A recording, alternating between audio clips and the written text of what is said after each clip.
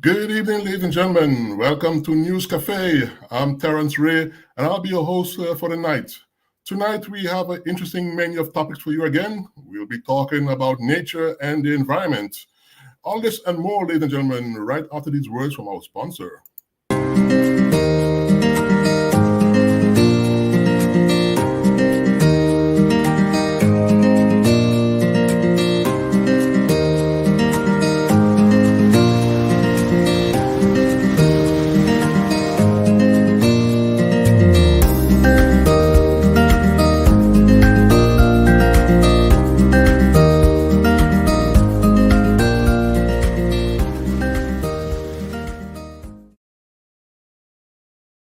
Welcome back and good evening, ladies and gentlemen.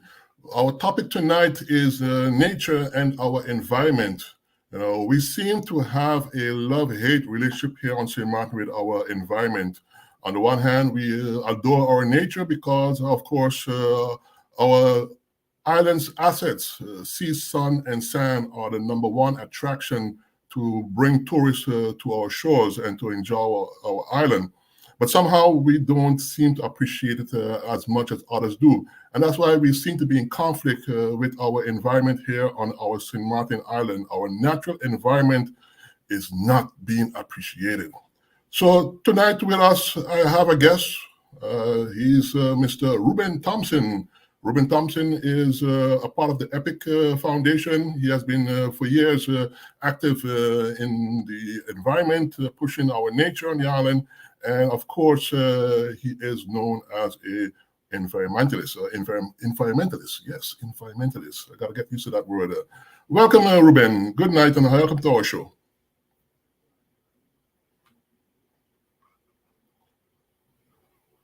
We seem to have you on mute. Can you unmute? Oh, it's There you are. There you are. Okay, now you're back. Yes. and good evening to all of the listeners. As I said, it's good to be here with you this evening. Welcome, welcome. Okay, well, indeed, you have been quite active for some years here on St. Martin. So give us a little bit of your background. We know you from EPIC, but in what capacity?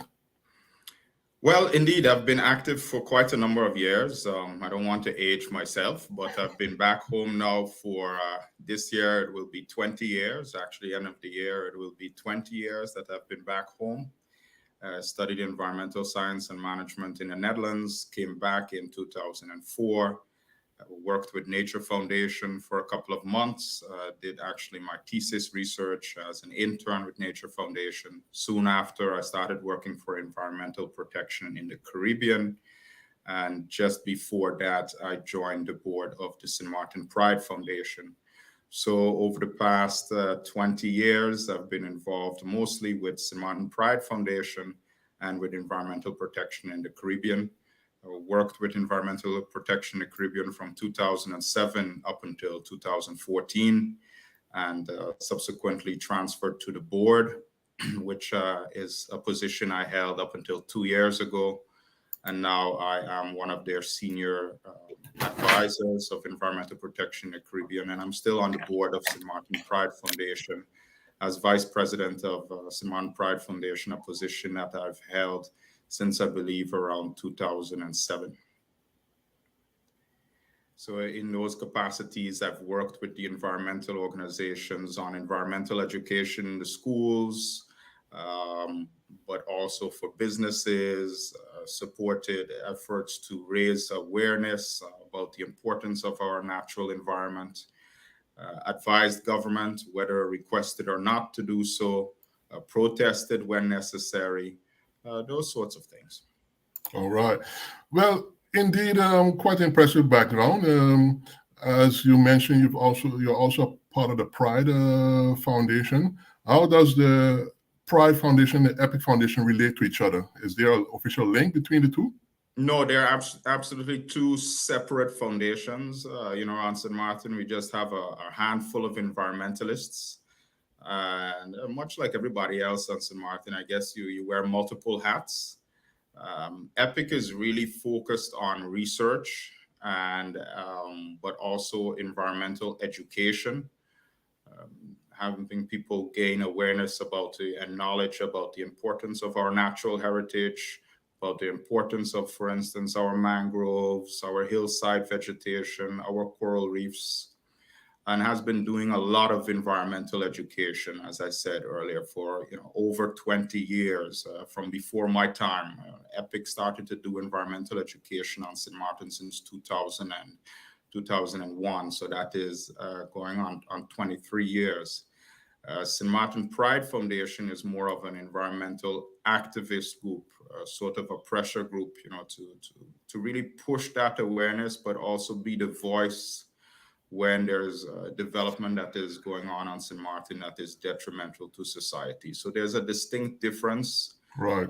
I am the only one that is involved in Pride as well as in EPIC. So the boards are completely separate except for my person. Okay. Well, that's what I like about the EPIC Foundation, because I know whenever they all have activities, I know that Pride also is very much involved when they organize activities like, beach cleanup and that type of activity.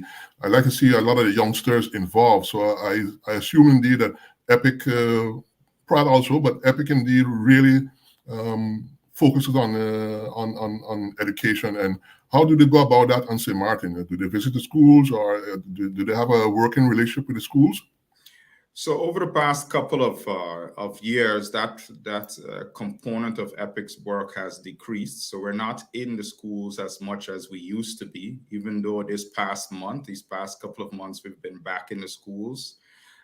Between 2001 and 2014, we had very active, or actually I should say 2017, we had very active environmental education programs whereby we would start, with kindergarten to primary school to high school. There are youngsters out there now, Terrence, that tell me, Mr. Thompson, I followed EPIC's environmental education classes from kindergarten all the way through to high school. So we had very active programs that were carried out by local environmentalists, but also we had educators coming from abroad, people that came from the US, spent a couple of months here, people that came from the Netherlands, from other islands, that went into the schools to talk about the importance of proper waste management, the importance of our coastal ecosystems, our ponds, mangroves, lagoons, the hillside vegetation, those sorts of things. Right now, we're picking that up again because we have a perpetual plastics project whereby we are, pointing out and raising awareness regarding the effect that plastics have on the environment. That plastics do not biodegrade and they stick around forever. So the organization has come up with innovative ways to reuse plastic, while at the same time putting measures in place to urge government to reduce the amount of plastics that we use that come into the island, and carry out push for proper legislative measures to address those sorts of issues. Well, good. That's what type of examples do you have, or can you mention in terms of recycling and reusing the plastic? That'll be interesting to know, because if you can come up with a project that can have a profitable aspect to it, is more helpful than indeed just coming up with these projects to get people involved. But people don't really stick to something. They do it the first couple of times, and then after that they just go back to their old habits. So what examples you have? One of the things that we've been pushing for is to really ban certain types of plastics. Single-use plastics, these flimsy plastic bags, water bottles, the smaller water bottles. We really need to look into ways to phase those sorts of things out. The same thing goes for styrofoam. We've been pushing to get this done for, I think, since 2011, 2012. St. Martin was the first island that actually in Parliament spoke about the banning of single-use plastics. We are now in 2024, And though legislation has been passed, we're still not at that stage where that has been implemented. So what we're doing with EPIC now and the Perpetual Plastics Project, and I would really recommend that you speak to Fleur Hermanidis and Islaya Streefkerk about this project, because this is really their baby, and I am just an encourager and an onlooker. But Right. what they are doing is they're taking certain types of plastic, and they would be able to tell you exactly which types of plastic, because there are multiple types of plastic, and people see plastic and think it's all the same, but that is really not the case. The different types of plastic. So certain types of plastics they're shredding, and they are then going to melt them and mold them into new things that we can use. Were they the ones that had the carnival costume made from recycled materials? That was actually a group of people that have worked with us in the past. Yes, I believe that was Laura Bangsdorf, Laura Gilders, and those of our former staff members. They've all worked with EPIC and our supporters. They're indeed part of the wider group trying to raise awareness. One of the interesting things now is that the Perpetual Plastics organization or branch of EPIC has rented facilities in Coal Bay, close to Burger King in Coal Bay, where they will be actually going through the process of what I explained earlier, shredding plastics and melting it and making nice new things. It will be a social workplace, so there'll be multiple people working there. Sort of had its first kickoff during St. Martin Doot of some 2 weeks ago. Right. Whereby people from different organizations, different businesses, but also just private individuals came out, volunteered, helped make a beautiful mural on the wall inside, and also helped put together some tables and clean up the place and get it ready for EPIC's formal launching. You may recall, Terrence, that back in the day, there was a pharmacy in there. I think up until the 90s, and then up until recently, there was a restaurant in there. So that restaurant has now moved out. Okay. And EPIC and the Perpetual Plastics team has been so lucky as to be able to rent the property, and that is where they are setting up. Okay, great. But indeed, that's the type of activity I think would encourage people to be more aware of what we can do in terms of recycling and having a conscious awareness of the materials that we use and how we process them and how we get rid of them. I'm itching to delve in the topic of the dump, but Lord, I don't want to go there as yet. Besides the EPIC Foundation and the Pride Foundation, we also have the Nature Foundation. Yes, I know you. I don't know if you're a member or if you're associated. No, so I was with Nature Foundation as an intern some 20 years ago. Right. Okay. So Nature Foundation is really the organization that is the scientific authority here for nature on St. Martin. But all of the environmental organizations sort of have the same ultimate mission to protect St. Martin's natural heritage, to protect our natural environment for current generations of St. Martiners and visitors alike to enjoy, but obviously for future generations as well. So needless to say, the environmental organizations, Pride, EPIC, Nature Foundation have a lot in common and also work together a lot. Right. So besides these three entities, what other entities you have active on the island that you are aware of? Other entities active on the island. We have a number, and I'm not involved and aware of all of them. But obviously, we also have the Emilia Wilson Estate Foundation, which is a foundation that is going up to being 20 years old as well. This foundation was established by concerned citizens back in 2004, 2005. I think Mr. Chittick is involved. I didn't hear that. Chittick. Not that I can recall, and if he is, I apologize because. No, I'm just guessing. Names like like Jay Havisai comes to Jay mind. Havister supported it, but should also think about people such as Andre Patrick, Shadira Vane. Patrick, yes, and that's who Yes, I was actually thinking about. Should came to mind. we had Dr. Scott. Yes, yes, They were all Dr. Scott Senior, I should say. They were all involved in helping to establish the Amelia Wilson Estate Foundation. So that is an organization that is also active on the island. And then there's several organizations that we don't have much contact with, but also do their thing on the Dutch side. And obviously on the French side, environmental challenges, waste management challenges, the challenges that our natural environment faces. They don't stop at the border. The border no, is really an artificial thing, obviously. right. So we also have Réserve Naturelle on the French side.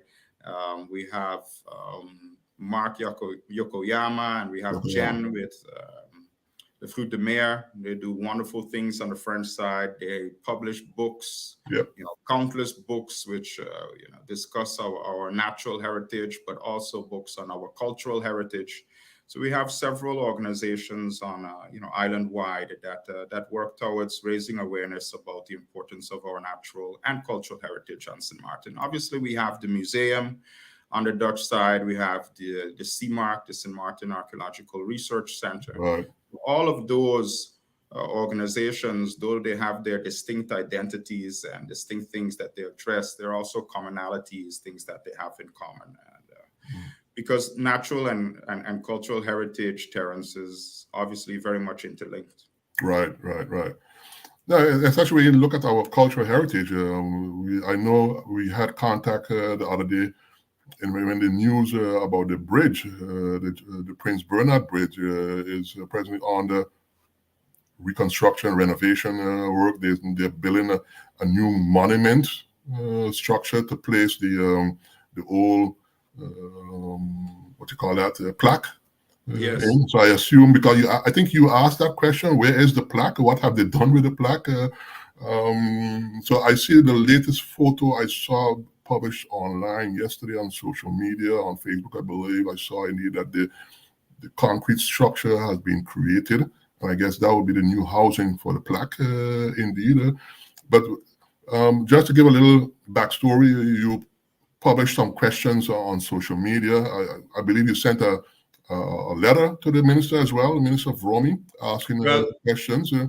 As I said earlier, natural and cultural heritage on St. Martin are very much interlinked. Just to give you an example, our ancestors built slave walls. Right. Slavery times, they built slave walls for various purposes. These slave walls go all the way into the top of our hills, run along the ridges of our hills, and to link that cultural aspect, it's man-made. Yeah, so therefore, you refer to it as a cultural component. To link that into nature, there is vegetation that grows on these rock walls that you hardly find anywhere else. So that is, just to give you an example between natural and cultural heritage. Another example of that is, the very cradle of our nation, I like to say, is our ponds. And the Great Salt Pond is a prime example of that. But the Great Salt Pond, obviously for cultural heritage, historical purposes, many of our ancestors during colonial times slaved in the Great Salt Pond. A lot of our cultural heritage was shaped there. The songs that our people sang, the stories that they tell each other. But the Great Salt Pond is also of extreme ecological natural significance. It is an internationally recognized important bird area. So those are the interlinkages between the natural environment and our cultural heritage. So we have 5 ponds remaining on the island, Terence. Up until the 1960s, we had 19. Right now we have 5 left, which is Mullet Pond, the Great Salt Pond, Red Pond, Fresh Pond, Little Bay Pond. And to take you back to the Fresh Pond, which is related to the question that you posed, the Fresh Pond is also recognized as an important bird area. There's a lot of mangroves along the pond. Various species of birds make use of the mangroves, forage. And yes, the bridge is perhaps not recognized, wrongfully so, as a national monument, but it is an iconic piece of St. Martin, which should be recognized as a national monument. We learned through the newspaper and actually two activities there that, there's restoration works that is going to happen there that are going to take place. But government and Ministry of Romy did not specify what type of restoration works.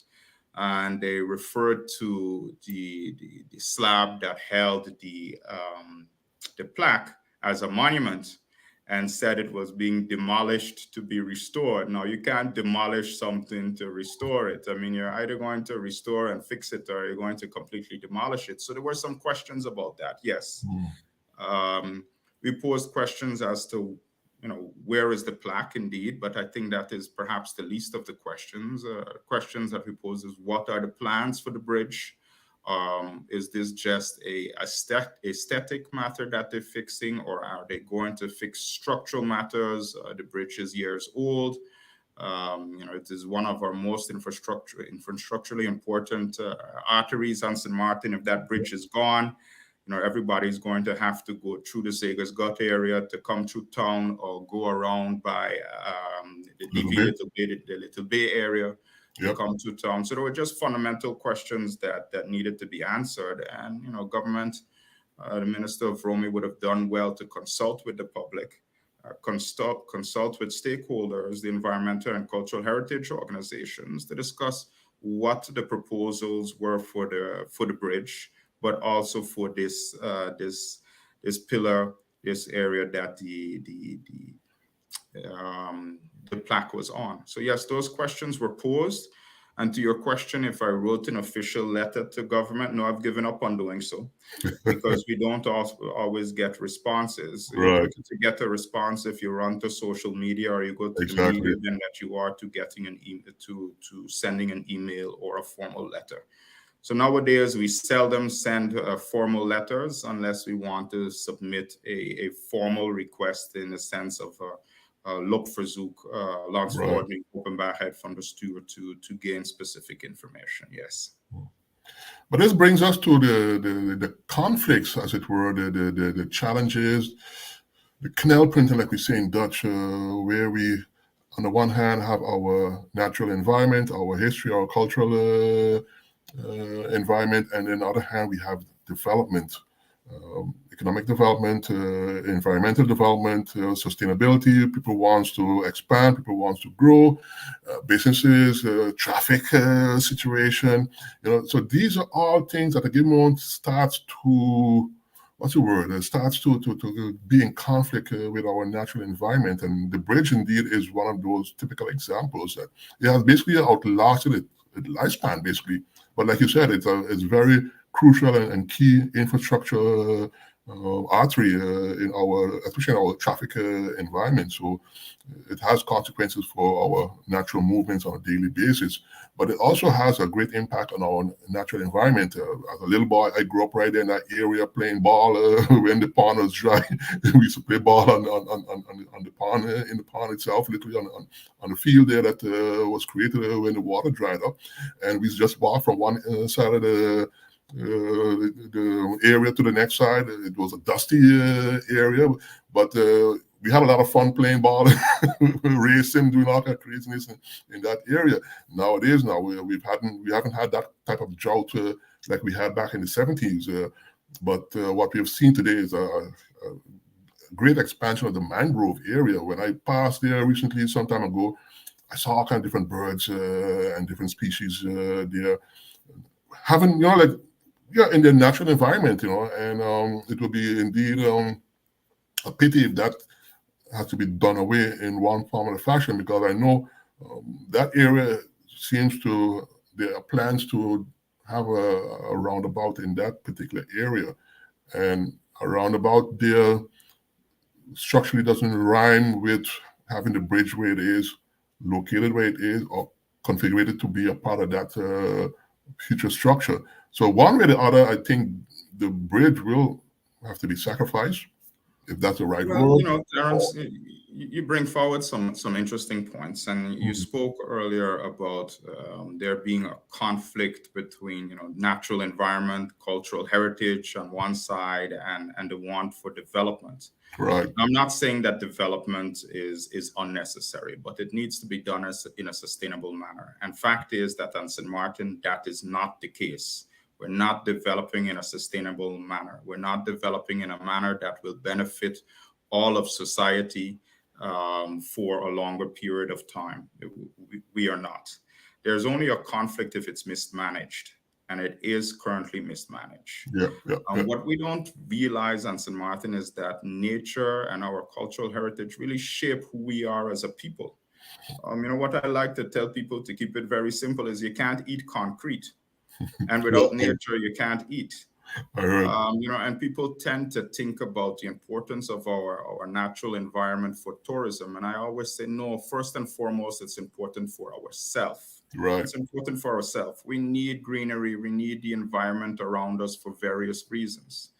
So, back in 1976, they already realized this. This was already realized when we were part of the Netherlands Antilles. And one of the things that happened then is dat de Landsverordening Ruimtelijke Ontwikkelingsplanning Nederlandse Antillen was passed in 1976, which stated that all islands, and Aruba was part of the Netherlands Antilles at that time still, Right. that all islands within a period of 6 years, so that would bring us up to my birth year of 1981, were supposed to have zoning plans in place, areas that were zoned for conservation purposes, conservation of natural and cultural heritage, areas zoned for commercial, residential, industrial, light industrial.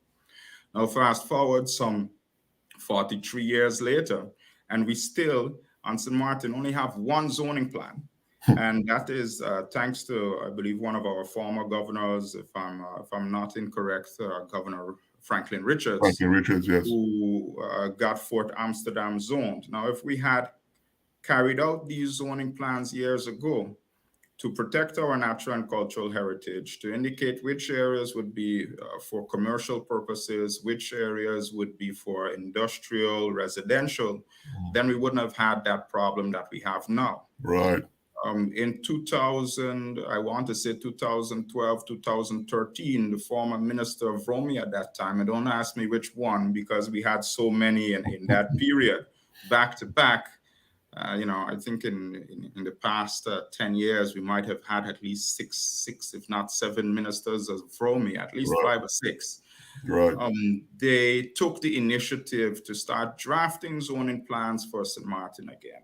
So there were several draft zoning plans, went into the neighborhoods, did all of the stakeholder consultations, and subsequently never brought the zoning plans into Parliament to have them passed.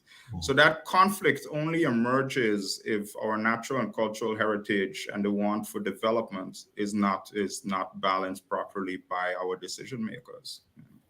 We have to realize that if we don't do this, we're slaughtering the goose that lays the golden eggs. People want to tie it into the economy. Yes, listen, people come here for our beaches, our hillsides, our ponds and lagoons. Of course, they need to stay somewhere. Of course, you need hotels.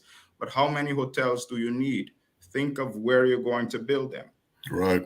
So building on our beaches, decreasing the access for residents as well as visitors to our beaches is a tremendous problem. Absolutely.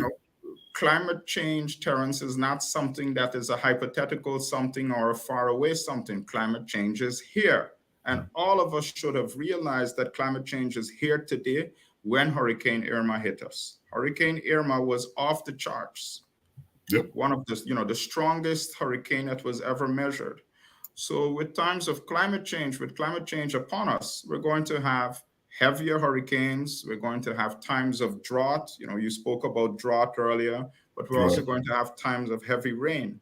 And if we cut away all of the vegetation in our hillsides and there's no vegetation to soak up the rain, so to speak, it's going to lead to flooding in your lower lying areas. Exactly. To give you an example, if we destroy all of our bodies of water, we fill in our ponds, we're still constantly filling in, Yep. parts of the Great Salt Pond, but also parts of the Simpson Bay Lagoon. We're about to lose the Little Bay Pond if that isn't stopped quickly. Right. What is going to happen to all of this water that is running to the lower lying areas? Water is going to go into people's houses. Exactly. So we have to realize that our natural heritage is not just a touchy-feely something that some people that like to be outside and like animals and trees want to protect. No, our heritage needs to be protected first and foremost for us to have a healthy quality of life. And then secondly, to sustain our one pillar economy, which is tourism. Okay.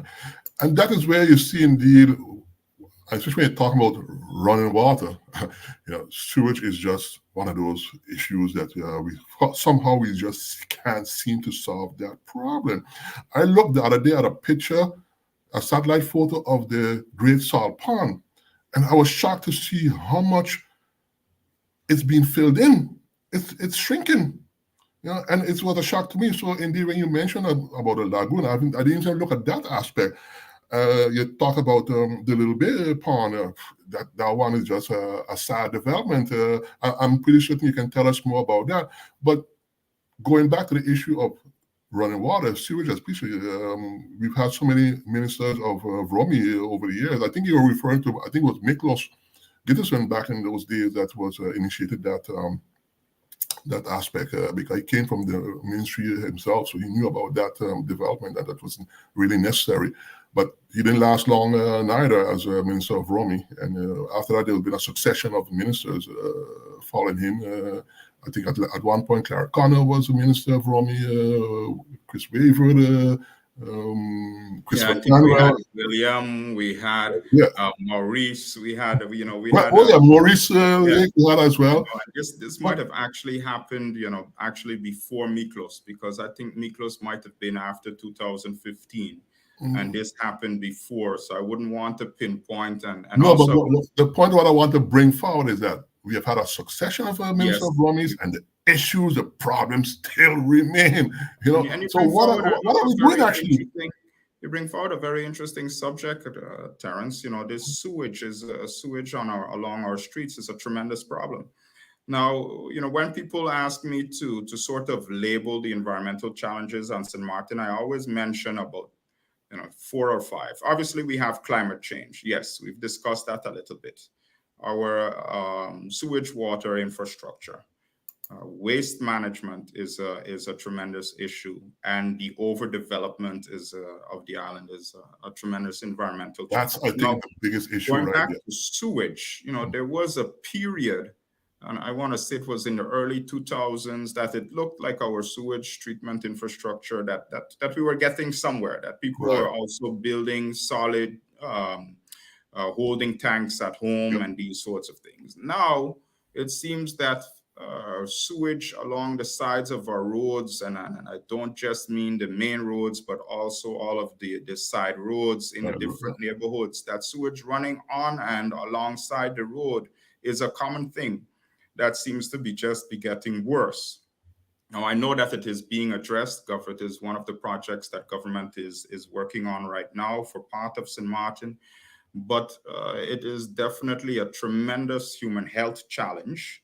In the morning when I drive my daughter to school, or when I go to work, I see kids walking to school, or people going to work have to hopscotch over the water, the sewage water, to get where they're going. Yeah. And unfortunately, this water ends up in our waterways, in our channels, ends up in the same fresh pond that we spoke about, or in the Great Salt Pond, ends up in the Little Bay Pond, ends up in the Simpson Bay Lagoon. And guess what? Then it ends up in our beaches where all of us swim.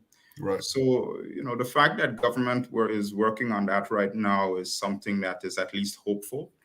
And hopefully it will lead somewhere. But it needs to be done island-wide. We have challenges on this side of the hill. We have challenges in Dutch Quarter, St. Peter's, South Cheward. Where do we not have challenges? Upper, Lower Princess Quarter, over the hill, Simpson Bay. It's a huge problem. Sewage is a huge problem. I want people to realize that it's not just something that smells bad. It's a human health hazard. Next to that, it also affects our coral reefs. So it is an important matter. And people also have personal responsibilities. Now, people always say, Ruben, you're pointing at government. Obviously, government has a responsibility to manage these issues. Right. But if people have holding tanks at home or Yep. soakaways or what have you, they have a personal responsibility to pump these things out if they need to be pumped out, Yep. make sure that they are structurally intact and not run their sewage into the road. So we have Into my backyard. yes, I got two neighbors who yeah, does that. I know. I should call a name tonight. yes. So it is a huge challenge, and I know you're not the only one faced with that. A lot of people call me and say that sewage runs into the yard, but to be fair, government has its responsibilities, but we as people also, as regular everyday citizens, also have our responsibilities in managing not just our sewage but our personal waste management properly. And just as we say, we spoke about sewage, the same is of course true for garbage. I mean, Oh, our Lord. personal waste management strategies. Just this morning, I was going over the hill. I went over the link, and it was me and a car in front of me, and somebody opened up their window and threw a garbage bag, or I should actually say a plastic bag full of stuff outside onto the side of the road. And that sort of mentality just absolutely needs to stop. I mean, you don't do it at It's home, from hopefully. old to young, middle age to young. I saw the other day, I was in traffic midday, heading out to St. Peter's area into Coolishak area, and school was out, so you see the children there on the side of the road, hanging out, waiting for the bus. And I saw these children, they probably had a bag they just buy from the shop or something, and they just wrap it around hand and throw it on the ground. I look at it and I say, that is the mindset that we need to change on this island. I've traveled around the world and I've visited places, and I'm always amazed about the cleanliness of these islands and these places. And what I've seen consistently across the board is that there are heavy fines. Heavy fines if you litter, if you just drop a chewing gum wrapper on the ground. You can get up to $1,000 in fine in certain places on certain islands. We don't have that here in St. Martin. So if you see a young kid or a grown adult, what you see also there, you see them hang the garbage sack on their car while they're driving, so they can drop it off at a dump somewhere or in one of those containers. But then it bursts and it's spreads out all over on the road, and it just keep on driving. Yeah, so it is a real challenge, and obviously you need positive incentives. You need to really educate people to do better. And many of us know better, but we just don't do it. Exactly. And we have to control our society and encourage each other to do better and dispose of our waste in a more responsible manner. But at the same time, we also, what some people call negative incentives, and you refer to it as fines. There needs to be consequences for these actions, and it is ridiculous. People then say, "Oh, I'm helping somebody to get a job. I'm helping them with a job by throwing the garbage on the side of the road so that the people could clean it up." That is a crazy mentality. But there's all sorts of things that can be done to address that. Not just an awareness campaign, but also serious fines for people that are caught littering. But also what you see in other countries that works well, Terence, is what in Dutch you call statiegeld, or deposit fees. And when I was growing up, a lot of bottles used to be collected. I don't know if you remember that, Terence. They used to go to St. Kitts. I think it was Vance James and his family's company at that time that these bottles would go to St. Kitts, would be collected and go to St. Kitts. So just like in the Netherlands, but also in different states in the US, there's schemes that are put in place by government that require importers of beverages, wholesalers of beverages, to collect X amount of the bottles and cans that they bring in, and to either export it or to get it prepared for recycling. And I think that if you do such a deposit scheme, such a staatsgeld scheme, that you would see that there would be less people throwing away their plastic bottles and their glass bottles and their soda cans and what have you. And even those that are discarded, there'll always be somebody that says, you know, someday I'm going to pick up these things and I'm going to make a little business or some earning for myself, and take these in to get the staatsgeld for it. So those are things that we would encourage government to really look at. And I know that there's a lot of talk about it now, but I do hope that it also really happens. Yeah, exactly. Yeah. Talking about talk, the talk of the town right now recently, and that's also what got our attention as well, is the issue with the Little Bay Pond area that seems to be under some type of development now.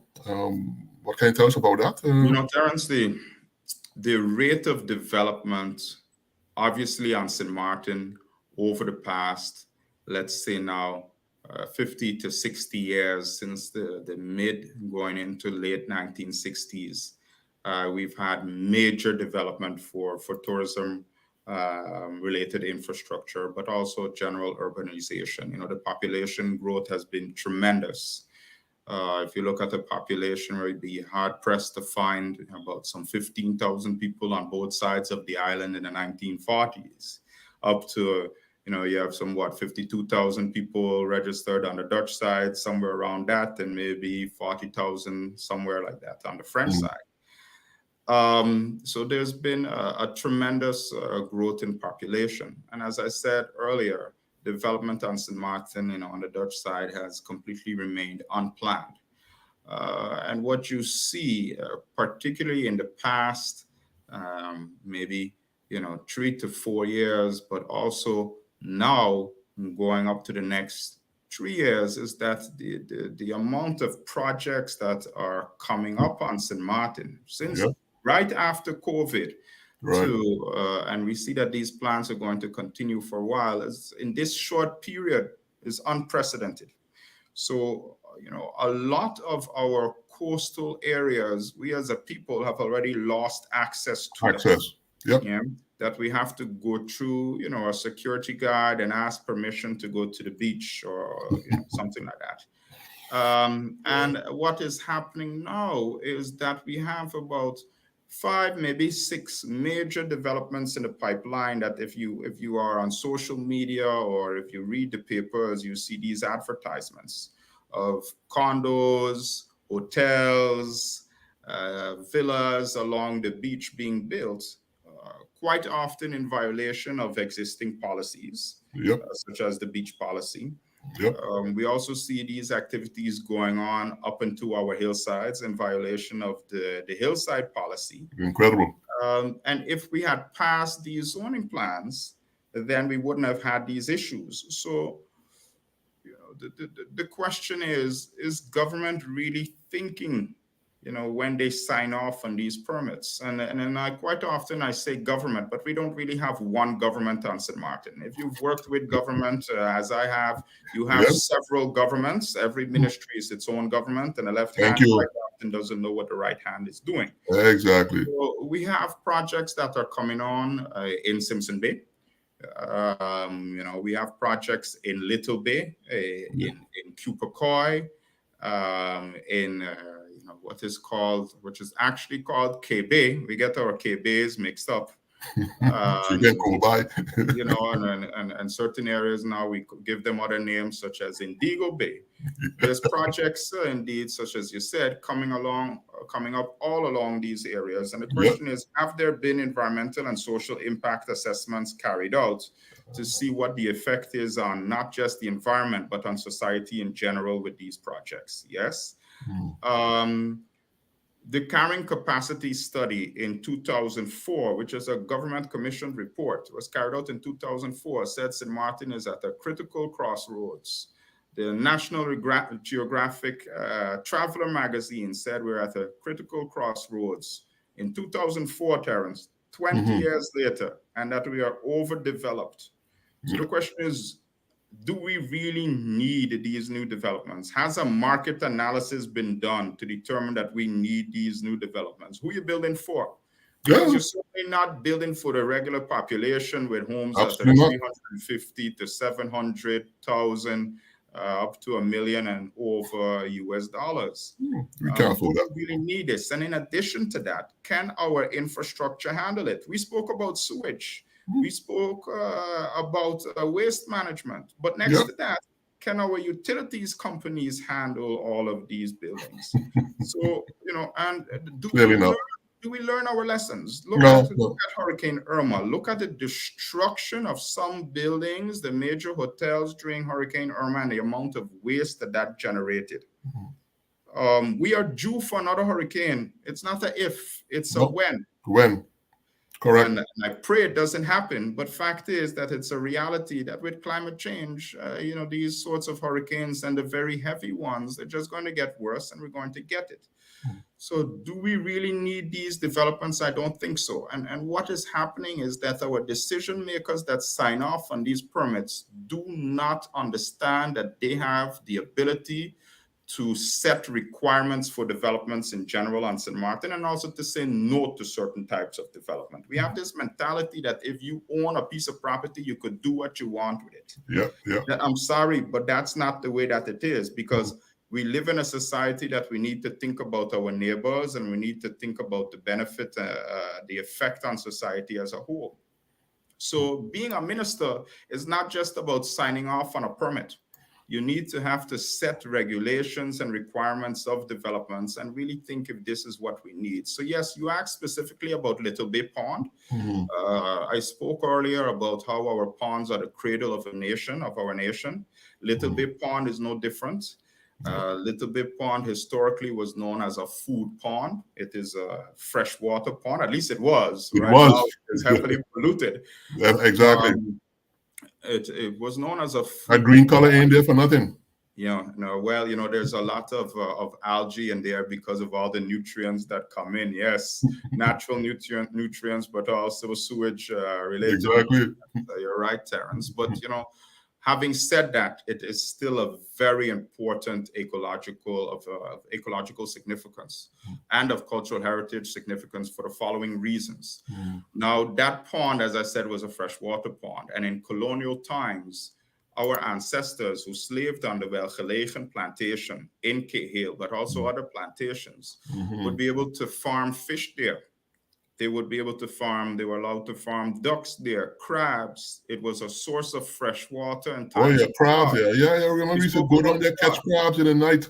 You could use the water for irrigation purposes. So we have cultural heritage ties to that pond. And next to that Little Bay or Welgelegen pond is recognized as an important bird area. Now, lately you see our national bird being recognized as tourism symbol. It is all over the place.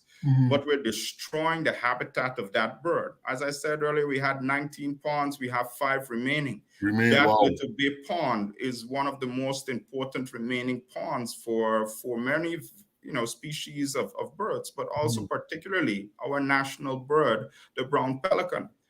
And we have, multiple developments planned for that area. And some of those developments involve the cutting off of the mangroves and the filling in of the pond. Now, one of the developers has reached out to the environmental organizations and said that, they care about the environment and want to clean the pond.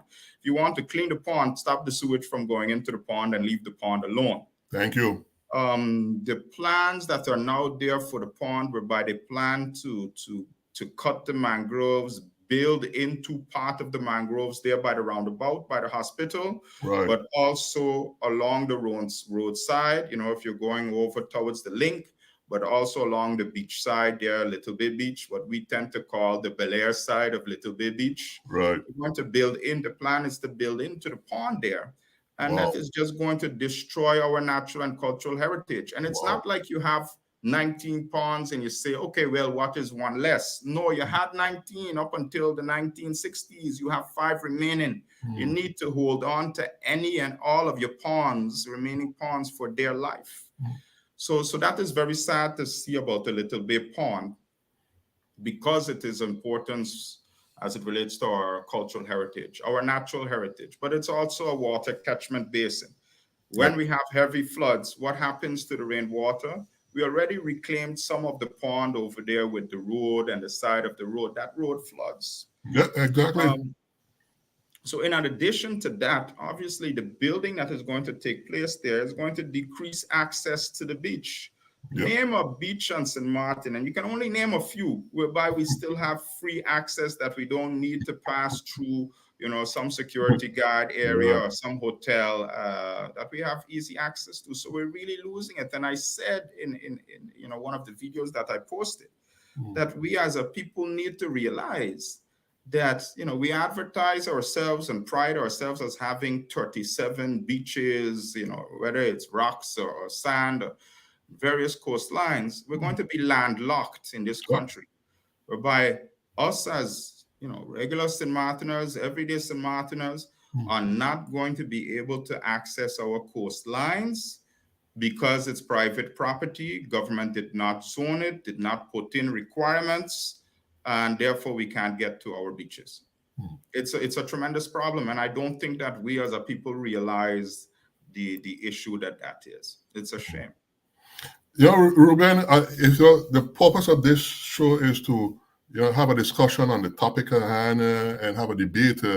But Jesus Christ, I can't really debate with you because I totally agree with you with everything you're saying. And what you're saying, you're totally on point as well. And I'm sure some of our viewers are indeed agreeing with you as well. I saw one viewer talk about the situation in Sabre, that we should take an example from Sabre. They do very well in terms of protecting the environment, their natural environment over there. So again, indeed, it's a balancing act that we need to go through in terms of developing on the one hand and maintain our nature and our environment on the other hand. So indeed, what we want to do is we want to take a short commercial break now, and then when we come back, we will see if we have our viewers online with us, and if any of them have any questions for you or for us that we'll pose here in the studio and debate and discuss. With that, ladies and gentlemen, we're going to take a short break and be back after our commercial sponsors.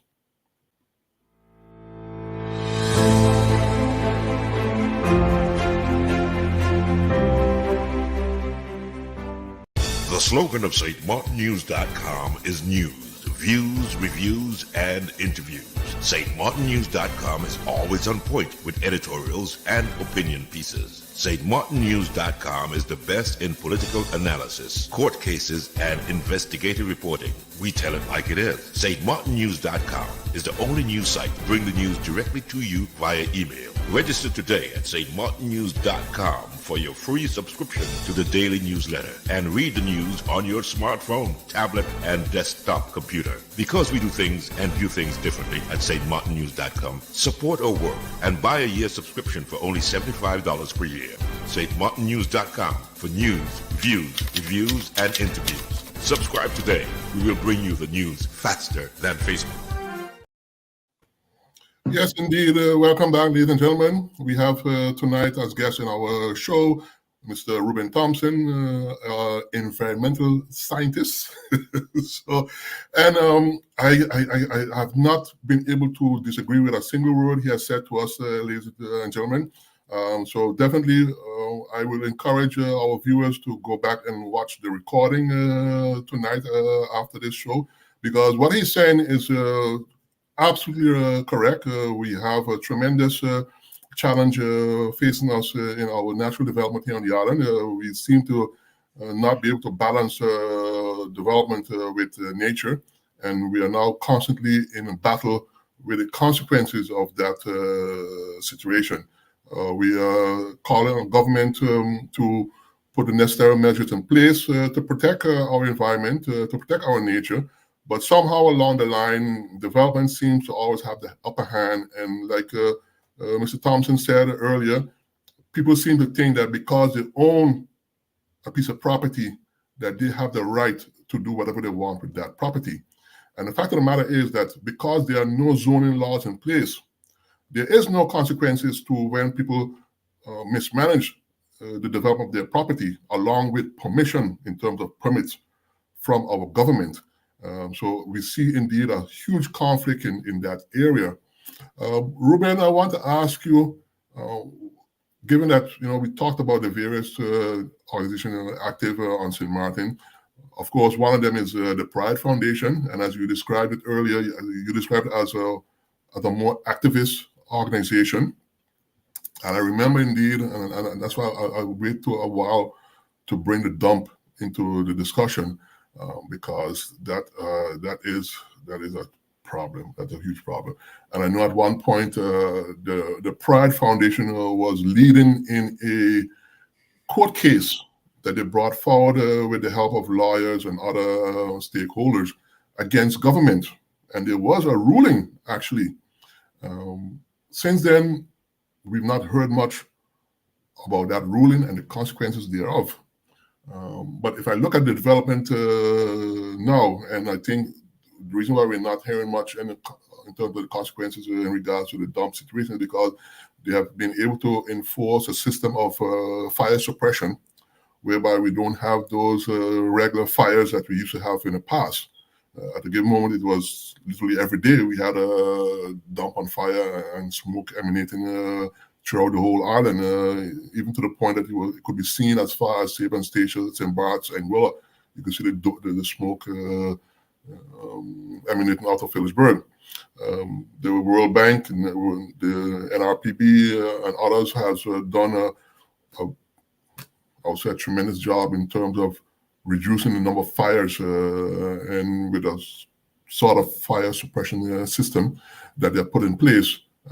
Naturally, we know that the dump still is on fire. It's simply not emanating like before, but underground, it's still smoking. It's still active.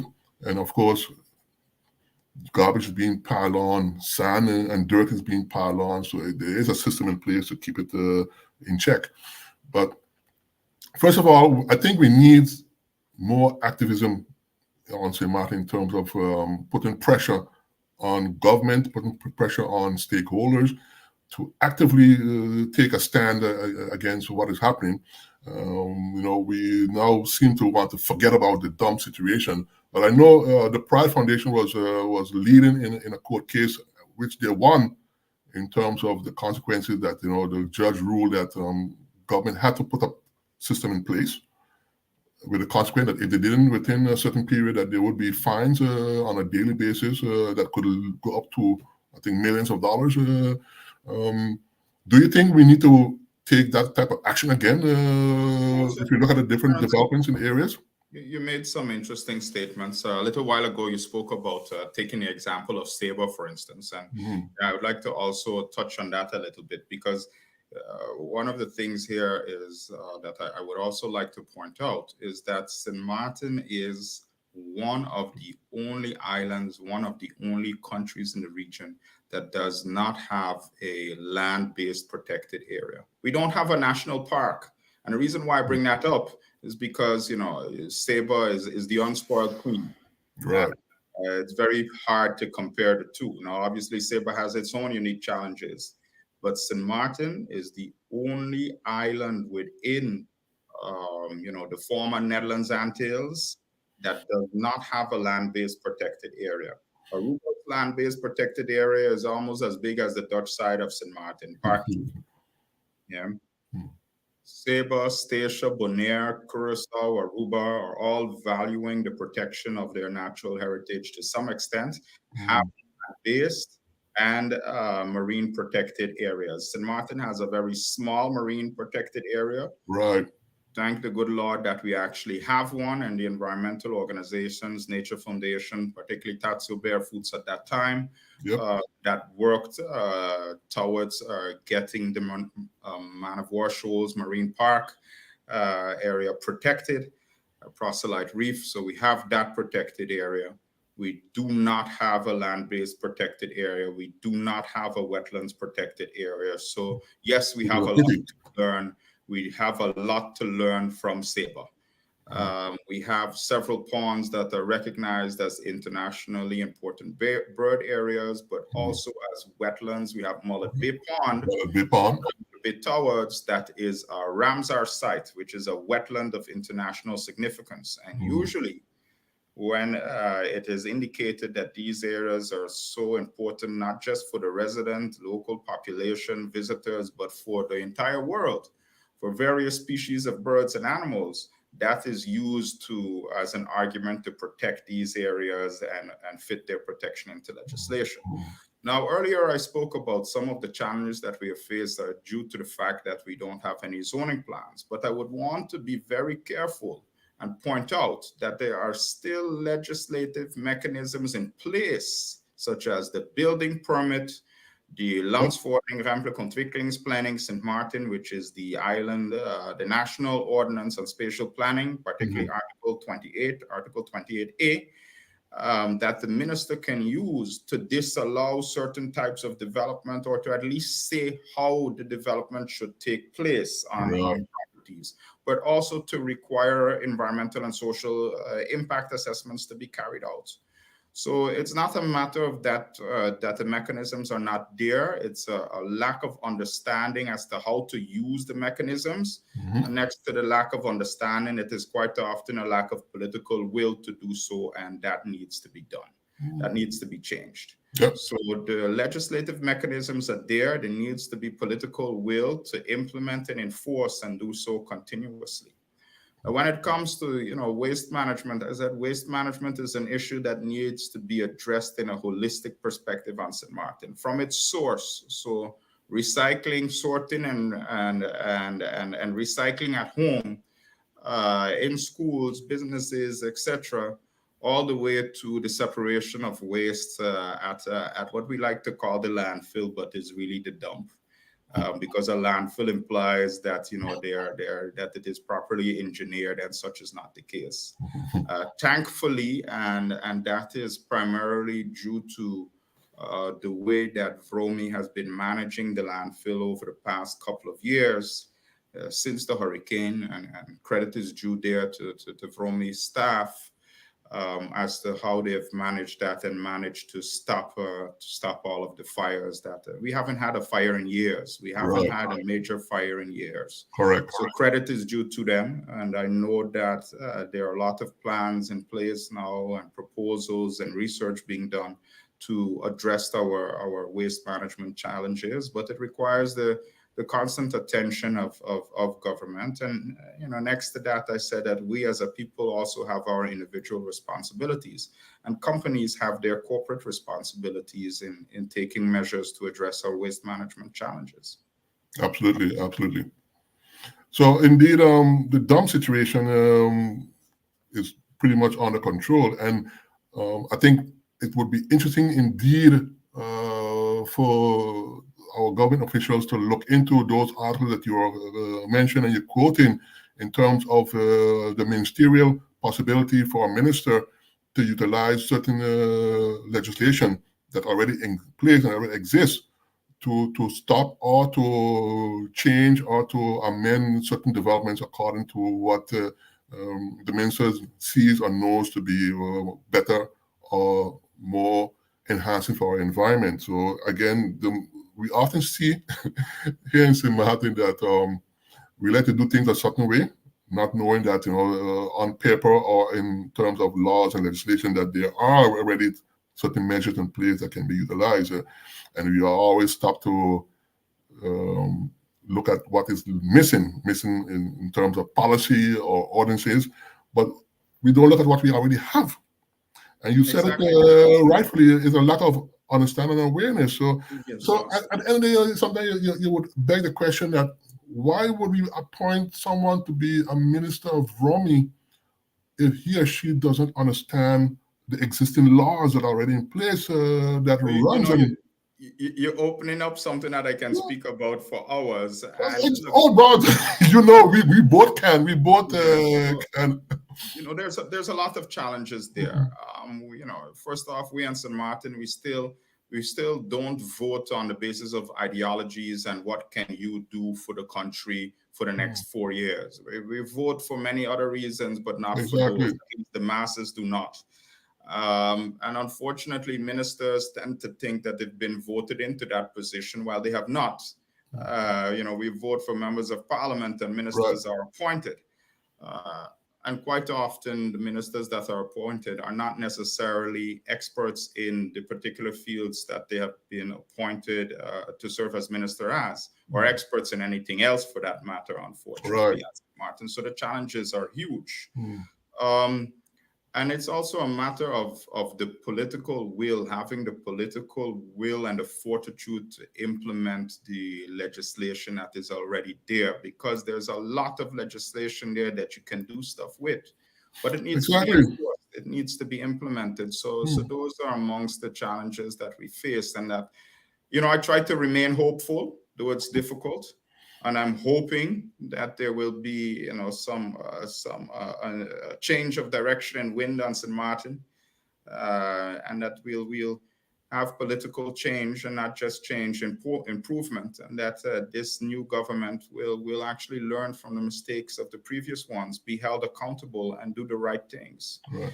So, when these developments that are taking place, and we spoke about Little Bay, we spoke about K Bay, we spoke about Simpson Bay, we spoke about Cupacoy, you have to remember that all of them had to submit building permit requests. Exactly. All of them.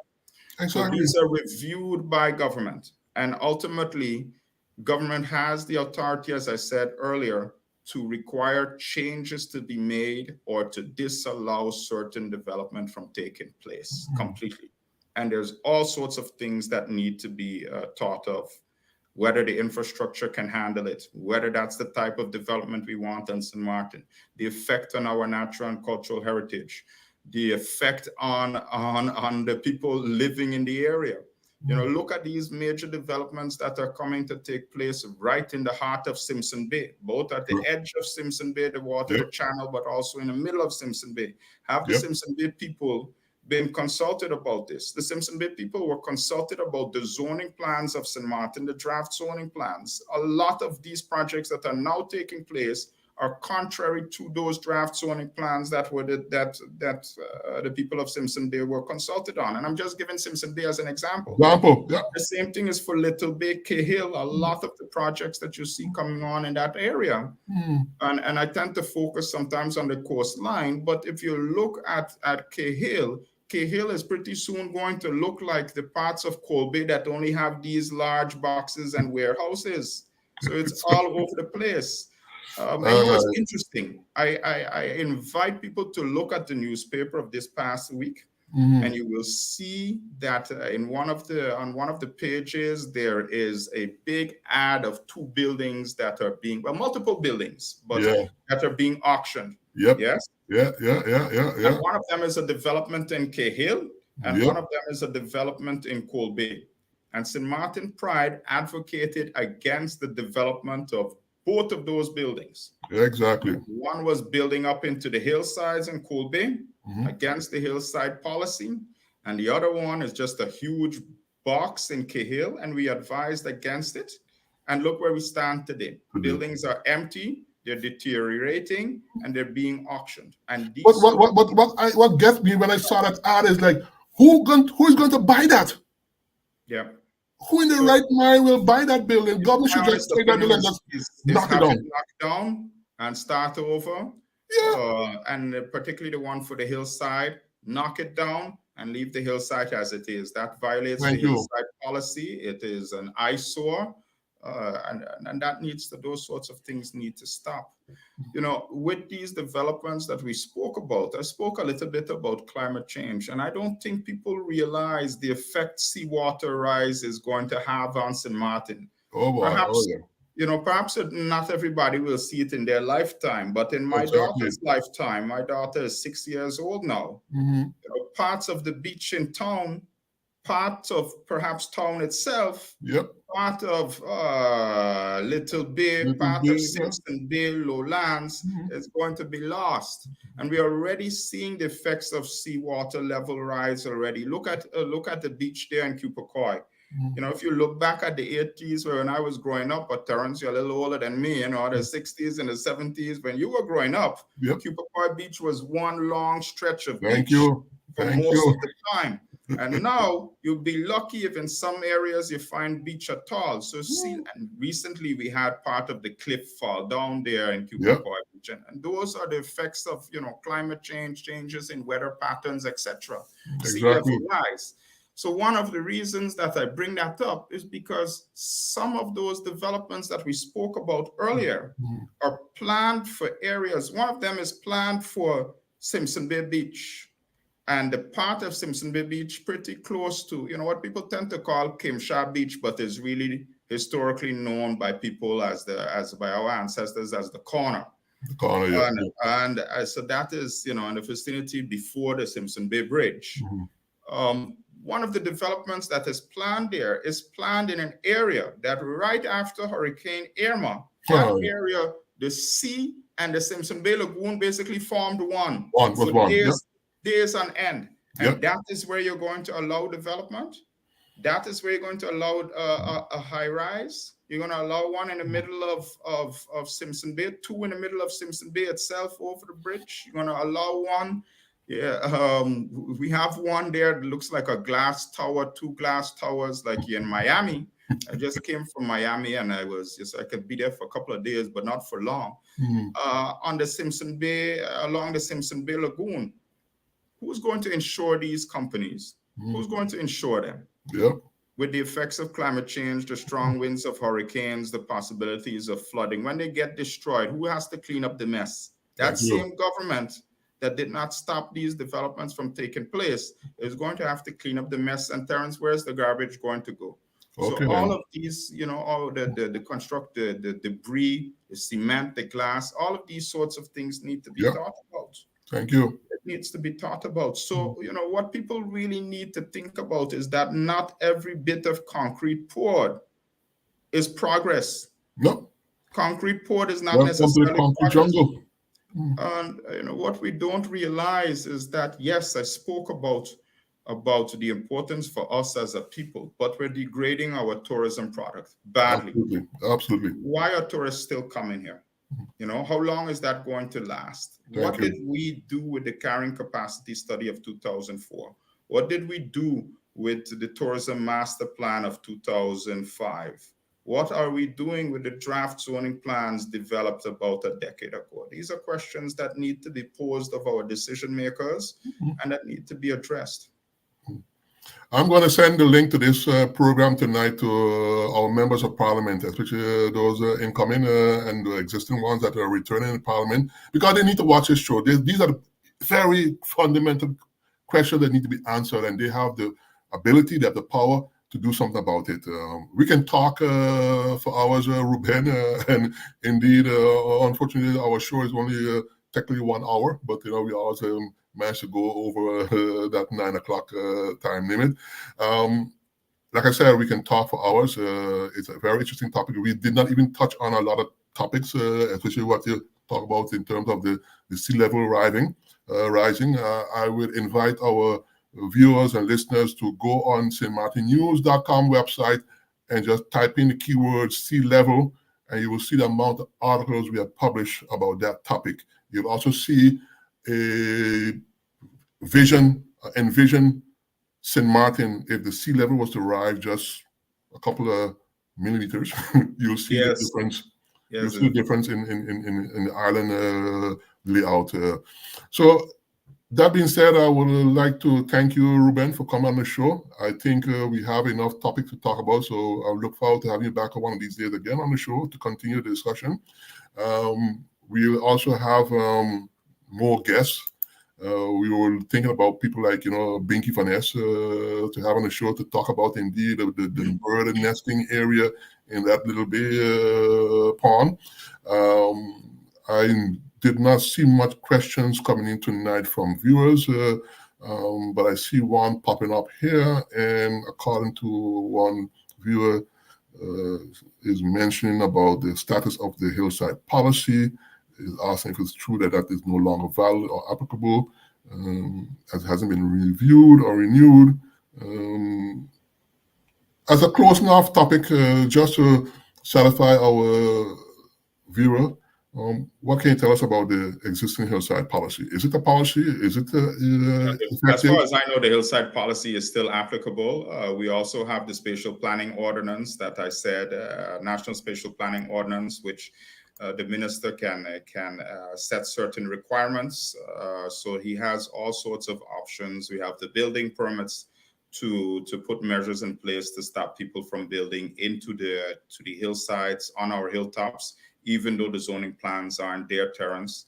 We have all sorts of legislative options that the minister could use, and even legislative options that can be used to change, alter, or to some degree stop the developments that are currently taking place. Just because people signed off on these permits does not make it so that we cannot stop or change some of these developments that have already received permits. That is not so.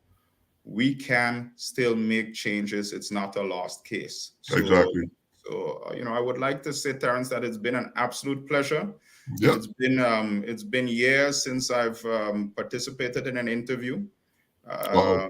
Well, I'm glad that you accepted our invitation. Yes, it's been a very long time. I can't even remember when the last one was, but I really enjoyed it, and I look forward to speaking to you some more in the future. So absolutely, I want to bid you a good evening, and to all of your listeners and viewers, was a pleasure, and I look forward to speaking to you all in the future as well. Absolutely. Well, ladies and gentlemen, there you have it. We had a very interesting program tonight. I'm definitely going to be rewatching because I see some points that I want to work into an article about this topic. And for a little hint for those looking for a Minister of Romy, because I know they're having problems finding a Minister of Romy, especially want to pass the screening. Hint, hint, we might have a very good candidate for that position right here in our midst. I will not call any name, but if they're watching, they would be right to consider that option. Rueben, I thank you for being with us tonight. And I wish the viewers a very hearty good night. Bye-bye.